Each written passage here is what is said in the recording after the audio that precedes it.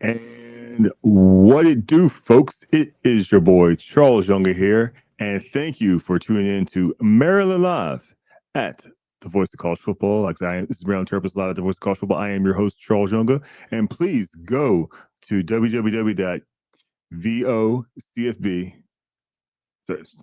to get some of the finest college football coverage in the nation. And you can follow me across all social media at Charles Younger, CharlesNYonga, for my takes on college football and all sports and life as a whole. Because, there is more to life than just sports. And today, our show, we're going to call this a year in review for the Maryland Terrapins in 2025. We will also talk about the 2026 recruiting class, and Zion Ellie will be officially in a Terp uniform next season. And hopefully soon we'll be joined by the incomparable Mark Gray, who spent last weekend out there in the Big Easy in New Orleans for the Bayou Classic against the annual game of Southern versus Grambling and the Battle of the Bands. Southern did defeat Grambling in a fantastic matchup. It was, and the Battle of the Bands is, always something to behold. Some of the best bands you'll ever see ever. And how the rhythm, the soul, the smoothness, the athleticism. It's not your boring marching band. It is a legit show. I mean, it's one of the best shows. It's one of the best shows in America when it comes to watching watching bands play, because Grambling State let a late lead slip away, falling to Southern 28-27 in the 52nd annual Bayou Classic this past Saturday, November 29th, at the Superdome, Caesar Superdome in New Orleans. But hopefully Martin Gray will join us a little later to discuss his time there and possibly give us a little bit of something about the game and a little bit something about Maryland football. But when we come back, I am going to talk a little bit something about the year in review for Maryland football. I have some excellent quotes from Coach Loxley about the recruiting process, some of the recruits he brought in, moving forward in the offseason. We're not going to rehash on the last game of Michigan State because that's old news. Malik had a great game with 3 touchdowns, 1 interception, 469 yards, but it wasn't enough for this team to win. But the 25 season is over for Maryland, and we are moving on to the off season, the recruiting, and getting ready for 2026. A lot earlier than I hoped when it comes to Maryland football, but we had to be realistic at this team. I was very pro this team before the season started. I thought they could do a lot better, maybe anywhere from 7 to 9 wins, but obviously I was way off.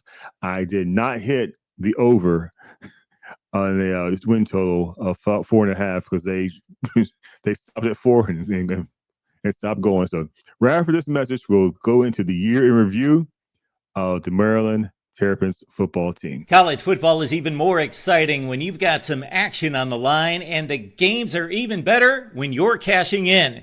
And the Voice of College Football is the place to be to get the greatest value. Start with my picks. 75% against the money line, 58% against the spread, and I've got a 40-plus year track record. 11-0 in the college football playoff for me last year against the money line, 8-3 against the spread. And I'm just the warm-up act. Steve Merrill of Wager Talk is our ace in the hole, show stopper. 7 years with the Voice of College Football, over 30 years in the industry. Steve gives us analysis on all the big games, but you can't miss Steve's weekly under-the-radar pick. 28-12 against the spread the last 3 years. You also get picks from some of our top analysts here at the Voice of College Football, including Corey Bratta, Matt Zemek, and Steve Dace.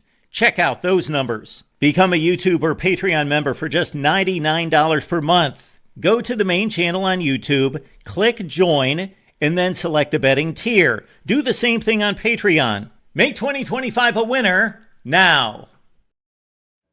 Make 2025 a winner now. And if you do have a gambling problem, please reach out to 1-800-GAMBLER. They have all the tools and the talent to help you recover from your gambling addiction.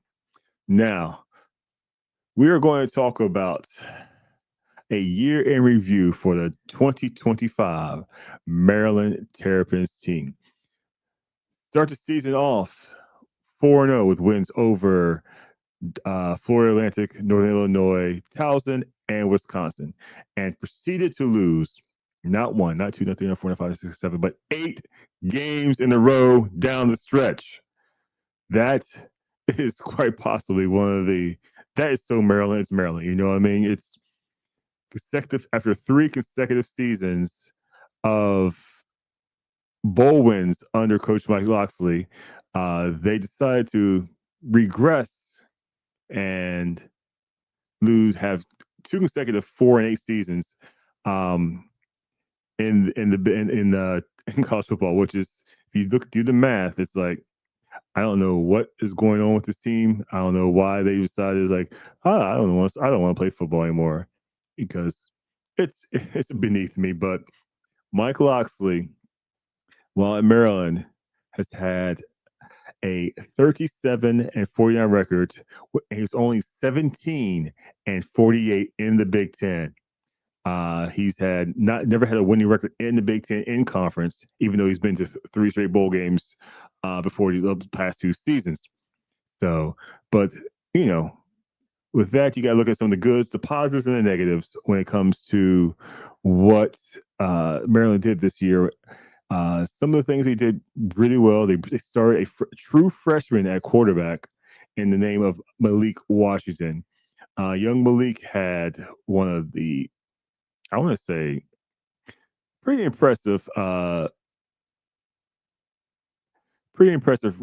freshman year, throwing for 2,963 yards, 17 touchdowns, 9 interceptions. Like I said, his last game against Michigan State, he had one of his best games of his career, 38-61 for 459 yards, 3 touchdowns, and 1 pick. Malik had one heck of a year. I mean, you think for the fact that this team's going to be built around this young quarterback who started as a true freshman. He's going to be here for the next 2 to 3 years. And if Maryland's able to surround him with some talents that can help, make some plays out there in the perimeter, some wide receivers who can get separation. No shade towards Jalil Farouk, Shalik Knotts, Caleb Webb, and Octavian Smith Jr., but they had some big games. They had some games where they didn't show up. So maybe over the next 2-3 years, there will be some wide receiver help coming in, and you can say possibly by the name of Josiah Teasley and Jaden Kitchens, both big receivers. Teasley 6'5", 190. Kitchens 6'2.5", 190. Possibly make some big plays on the outside. And also have a tight end coming in, Braden Marco, freshman, 6'6", 240. All 3-star recruits coming in. So when we talk about what this season showed, is there wasn't enough depth on the offense and the defense. The offense had trouble converting third downs, scoring points, which kept the defense on the field way too long, and the defense would wear out towards the end of the season, and just give them big plays, big points towards the end of the game. So I'll talk about what we liked about the season. Like I said, the Malik Washington, the 2 young pass rushers, Zahir Mathis and Sidney Stewart, both had fantastic freshman years.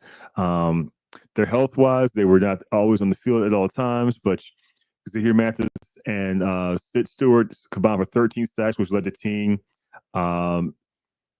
Maryland's a team at 27 sacks, which is 8th in the Big Ten. And like I said, Stewart and Mathis had 13 of those 27 sacks. So imagine if these two kids get bigger, stronger, um, come into their game more, develop more as a pass rusher. Like I said, they'll learn from the mistakes they made this year, and then you have, like I said, Zion Elliott coming in next year, who not sure what position they're going to have him play at 6'4", 230. He going to be an outside pass rusher, like an outside linebacker, stand up linebacker, or is he going to be in the hand of dirt 4-3 end? We will see that when that comes next year, but that is one of the things to think about 2025 when it comes to this team. Junior linebacker Daniel Wingate had a fantastic season. He was second in the Big Ten in solo tackles, 62, and sixth overall with 102. So this man was all over the field. He was sideline to sideline. Uh, Coach Loxley has said several times he compares him to some of the all-time greats, such as E.J. Henderson, a middle linebacker, someone who can just doesn't matter where the ball is on the field, he'll track it down and make a tackle. Okay, so one of the things we didn't like about the 2024 season, and that list is a little longer than what we did like. The terrible conversion rates. It's it's tough to say um, how bad the Maryland was on third, fourth down, red zone. Maryland in the red zone, if you want to break it down, was 15th out of 18 teams in the Big Ten. Their scoring percentage was 14th at 81.1%. Total touchdowns in the red zone were 14 total touchdowns uh, in 30 attempts. That's less than 50% of touchdowns. Uh, 7 passing touchdowns, 7 rushing touchdowns.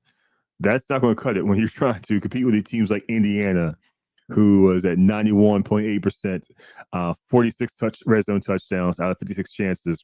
Ohio State at 90.3%, 43 touchdowns and 62 attempts, excuse me.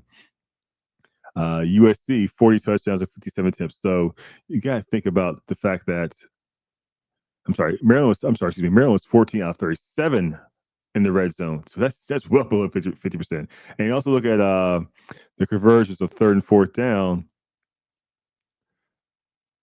Maryland was, let's see, third down percentage. Maryland was towards the bottom of the league.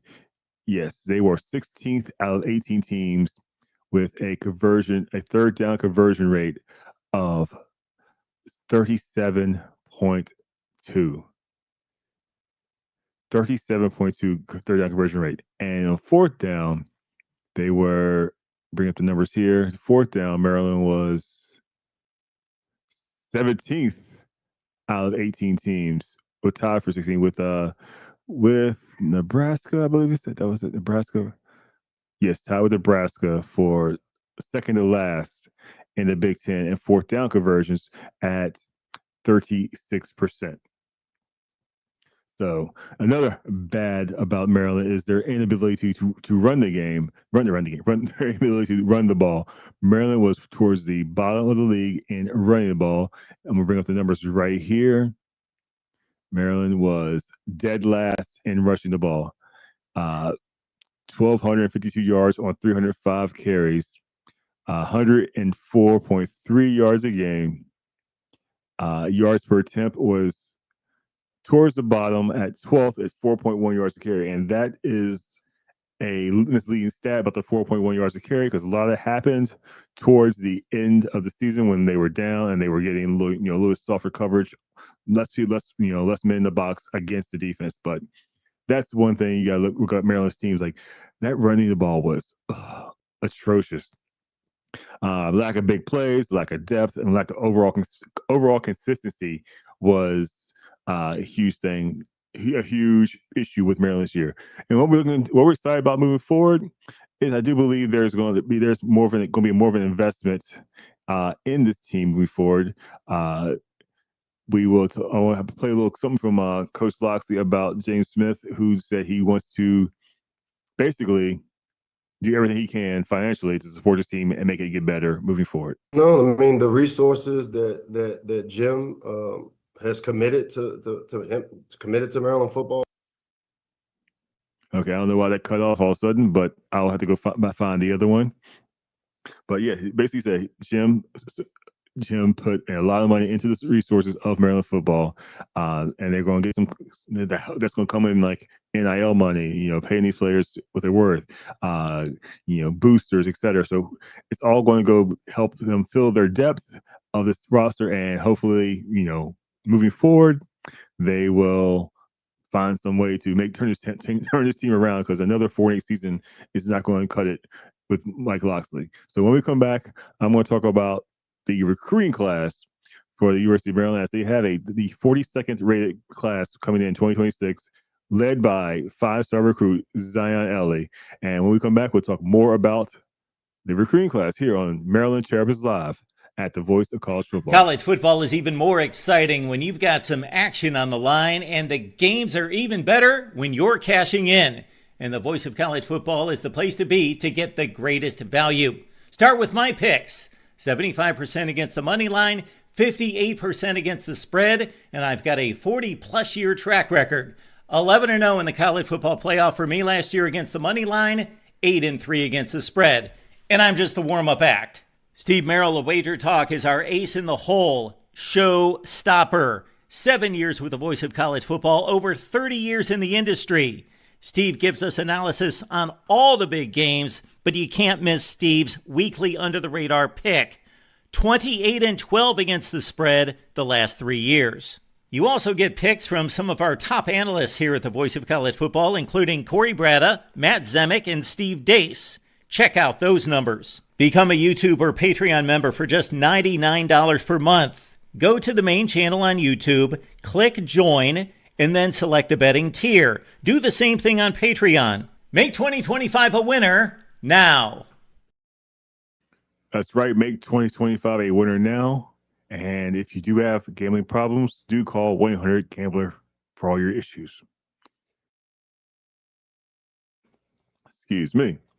Now, Coach Mike Locksley did welcome back to the Voice of College Football at Maryland Terrapins Live, the Voice of College Football. I am your host, Charles Junga. Like I said, you can follow me across all social media platforms at Charles Junga, CharlesNyonga.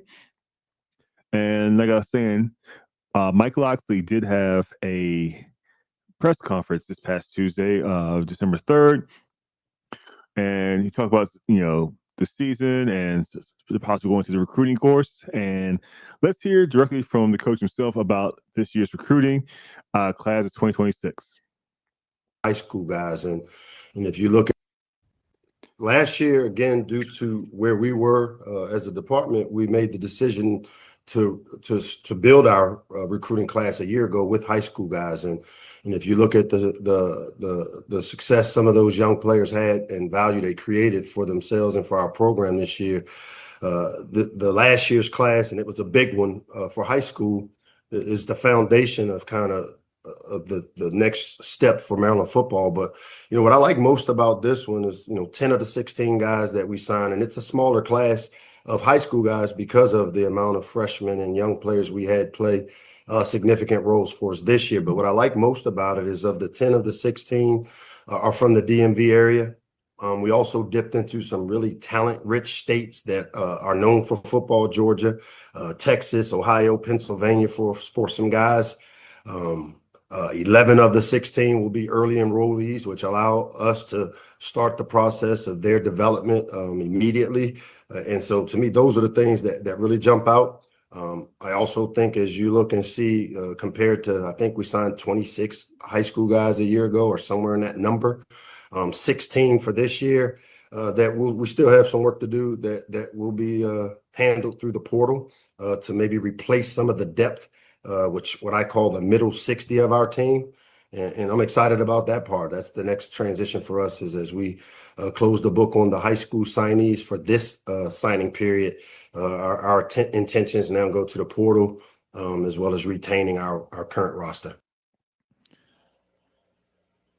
Yes, Coach Mike Locksley did say he's excited about this class 16. It's a smaller class, but he says he's going to try to fill those gaps in with transfer portal and NIL. But one thing he did say, he would talk about recruiting locally.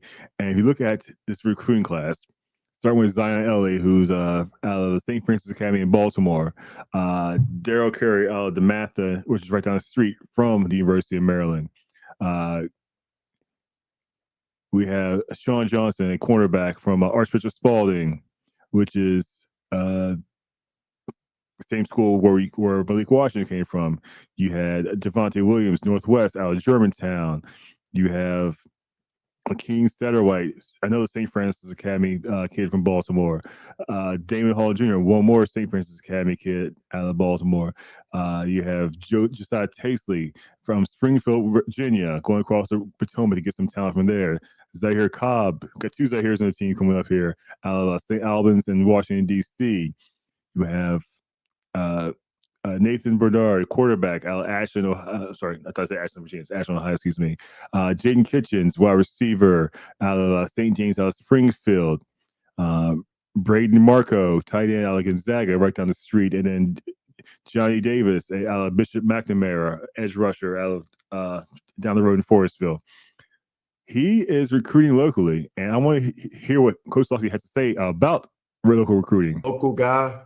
I've had great success with local players. If you look at some of the top players that have come out of this area, as I've stated before. Okay, it looks like that just cut off all of a sudden.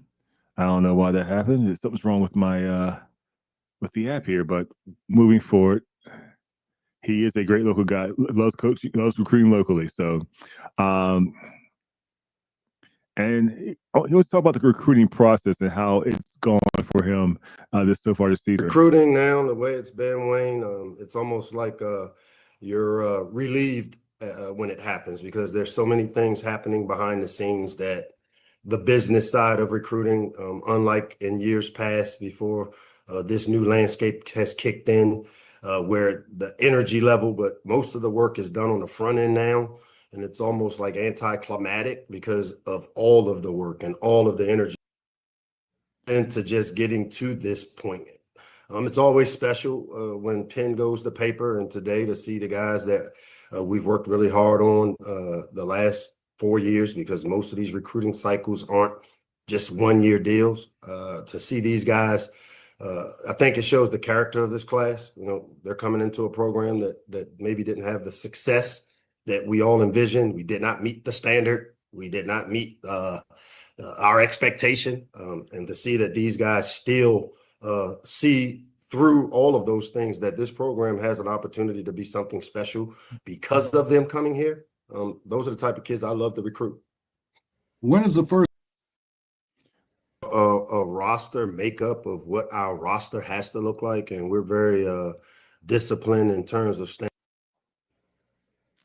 I don't know what's going on with my videos here. They seem to be cutting off short. So, well, we'll just go on. He's like talked about what he talked about was the recruiting process and how the changes of the process when it comes to NIL and the transfer portal, like how it is a year-round process. So for those who think the season's over and nothing to talk about, there's going to be something to talk about every week moving forward. And so you can talk about every week. When we come back, we're going to talk about those two top recruits, Zion Ellie, also Josiah Teasley and Jaden Kitchens, who are going to be huge when it comes to the development of Malik Washington. So stand by and stick with us here at Maryland Terrapins Live at the Voice of College Football. I am your host, Charles Young, and we'll be right back. College football is even more exciting when you've got some action on the line, and the games are even better when you're cashing in. And the Voice of College Football is the place to be to get the greatest value. Start with my picks. 75% against the money line, 58% against the spread, and I've got a 40-plus year track record. 11-0 in the college football playoff for me last year against the money line, 8-3 against the spread. And I'm just the warm-up act. Steve Merrill of Wager Talk is our ace in the hole, show stopper. 7 years with the Voice of College Football, over 30 years in the industry. Steve gives us analysis on all the big games, but you can't miss Steve's weekly under-the-radar pick. 28-12 against the spread the last 3 years. You also get picks from some of our top analysts here at the Voice of College Football, including Corey Bratta, Matt Zemek, and Steve Dace. Check out those numbers. Become a YouTube or Patreon member for just $99 per month. Go to the main channel on YouTube, click join, and then select the betting tier. Do the same thing on Patreon. Make 2025 a winner now. That's right. Make 2025 a winner now. And if you do have a gambling problem, 1-800-GAMBLER is the place to go, the place to be to take care of your gambling needs. And that sounds like a terrible slogan, but it's true. They are here to help you with all your issues. So next, we're going to talk about the 2026 recruiting class led by 5-star recruit Zion Elliott out of St. Francis Academy out of Baltimore. And let's hear what Coach Locksley has to say about the fact that Zion was able to stay here, even though with all the rumors about Locksley's future, Locksley's staying is a good reason why Zion decided to keep coming here. So here's Coach Locksley on keeping Zion Elliott. Keep going after every player in our program, every player that we recruit. Right. I have to keep going after every player in our program, every player that we recruit, every player that commits. It's not done until the pen is on the paper. He says it's not done until the pen is on the paper, and he wants to talk about a little bit about who Zion Elliott is as a player. Anytime you recruit a guy that has the ability to affect the game on defense, we saw with guys like. And again, my videos are cut short, which is really annoying me. But and let's hear what he has to say about these two receivers too, Josiah Teasley and Jaden Kitchens. Both those guys, they have length and size. And for big guys, a lot like Caden Prather, who. Again, I guess I'm gonna stop going to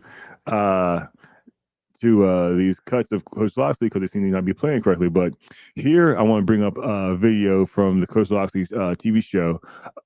He's talking to Zion Ellie and Hakeem Satterwhite, both from St. Francis Academy, about coming to University of Maryland to play football. This is Coach Locksley with Johnny Holiday, the great Johnny Holiday, and they were talking Terps talk.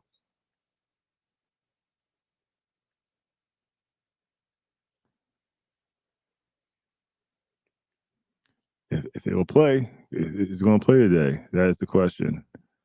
That is the question.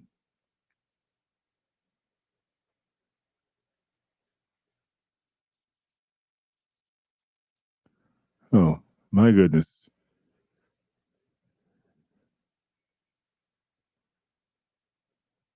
Let's go this one here. Here we go. 5-yard line. Throws to the near side. It's complete. Farouk's got the first down and more and dragged down at about the 48-yard line. Now back to Talking Terps with Johnny Holiday and Coach Mike Locksley. And our recruiting special continues tonight from Grill Marks in College Park. Great to have you with us all around the state of Maryland. Our first two guests tonight, a couple of guys that are going to make their mark here at the University of Maryland, Coach.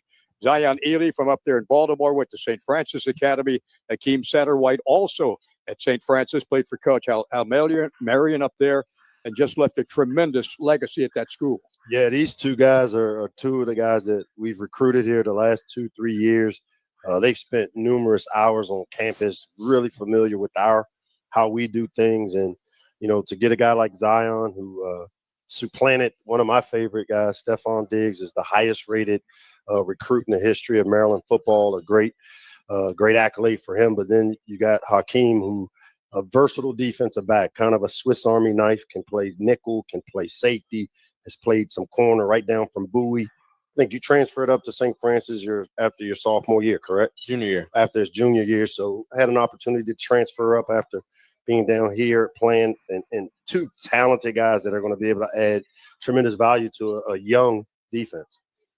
Zion, as a young kid, when you were playing football as maybe 8, 9, 10 years old, did you ever dream that you would be the biggest recruit in the history of the University of Maryland football program, the highest recruit? I never had that thought in my mind. I could never grasp it or imagine it.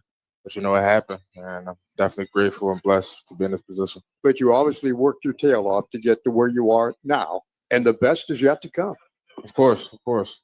I heard a great story because having recruited him and talking to his mom, it was almost like you remember the first time you showed your mom that you were the #1 recruit in the country. Yeah. So mom doesn't follow football like that, and she wasn't a huge football fan other than it kept him busy.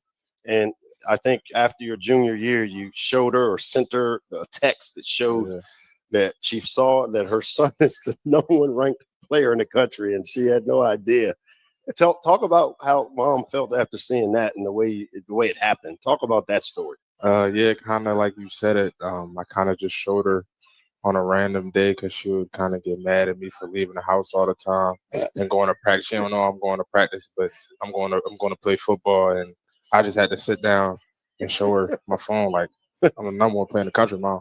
You feel me? And she was very shocked. She didn't know how to feel because she don't really know much about football at the time. She was still learning, and after that, it just went up. She started getting interested. She started coming to my games. She started talking to people, and now she's a football mom, huh? Yeah, now she learned a little bit more about football and the business side of it too. So she Got it. And now she knows you're the best in the country. Yeah. Yeah. Hey, the recruiting process for both of you guys had to be pretty tough because you were recruited by South Carolina and Auburn, and Alabama wanted you, and Georgia said, come play with us. Ohio State said, hey, come up to Columbus. You want to go to Oregon? You don't want to go after Oregon. No, Penn State. All these guys are after you. So what is the difference between what Coach Loxley sold you and what these other schools are? It's not really a difference in what they saw in me. It's kind of how I felt. Where I felt my heart just led me to Maryland. Out of all those big schools, you got to think like we're still playing the same people. Like if you want to say Ohio State, Penn State, we're still in the same conferences, and we're gonna play that team. I'd rather play them to be on their team. You feel me? So that's the type of time I'm a competitor, so I want to play against the best. I don't got to be on the best team, but I'm gonna play against the best always. Love it. You gotta love it. You gotta love it. The kid is very, very, very humble. In fact, his mom didn't know that he played football until like, hey, mom, guess what? I'm #1 player in the country. It's like, really? And then you know how moms are when it comes to their boys playing football or playing sports and how well they do. They're the loudest cheerleaders in the crowd. So, but yeah, so that's pretty impressive. I'm gonna go back a little bit, just a little bit more with our. Hopefully, get to talk a little bit about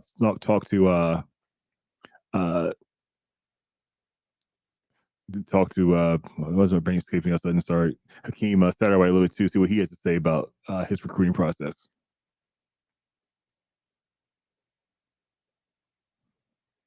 Hakeem, let me ask you something.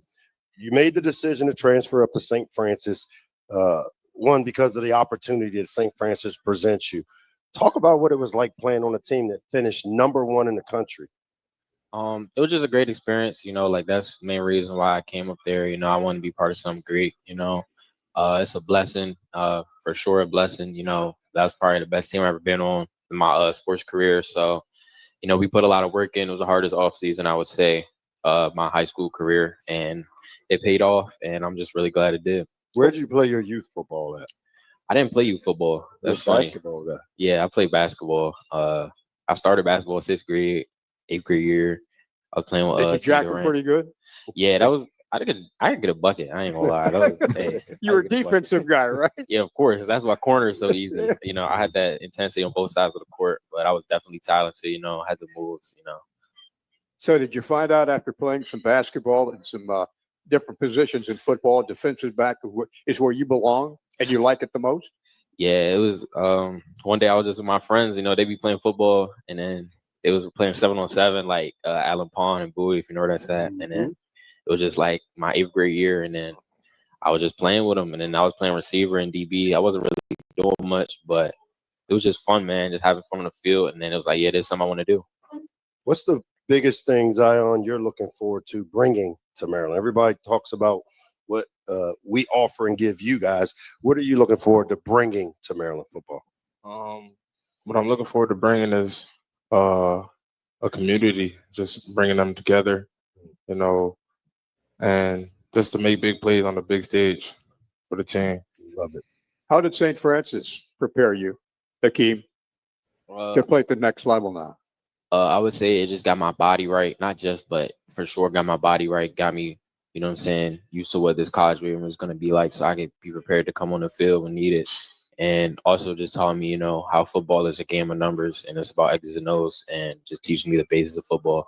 And you will find that the University of Maryland has a tremendous coaching staff that you'll be working with. Yeah, most definitely. Yeah. Yes, sir. Yeah. So speaking of numbers, I looked at your signing day today, and there was quite how many guys actually ended up signing with college football programs today from St. Francis. I mean, the chairs went across the floor. Looked like 10 guys sitting up there. Like We actually 17. had 16 D1 players signed today Wow. at St. Francis. 16 Division I players. He's got a Coach Masai is Oh, killing yeah, it up there. I know. Man. #1 team in the country. I think they're playing for a national championship here next week with an opportunity to create value for their St. Francis program on the way out, man. What a great group. Well, guys, it's great to have you here at the University. It's great to hear from these kids. It's like 16 Division I athletes on one football team.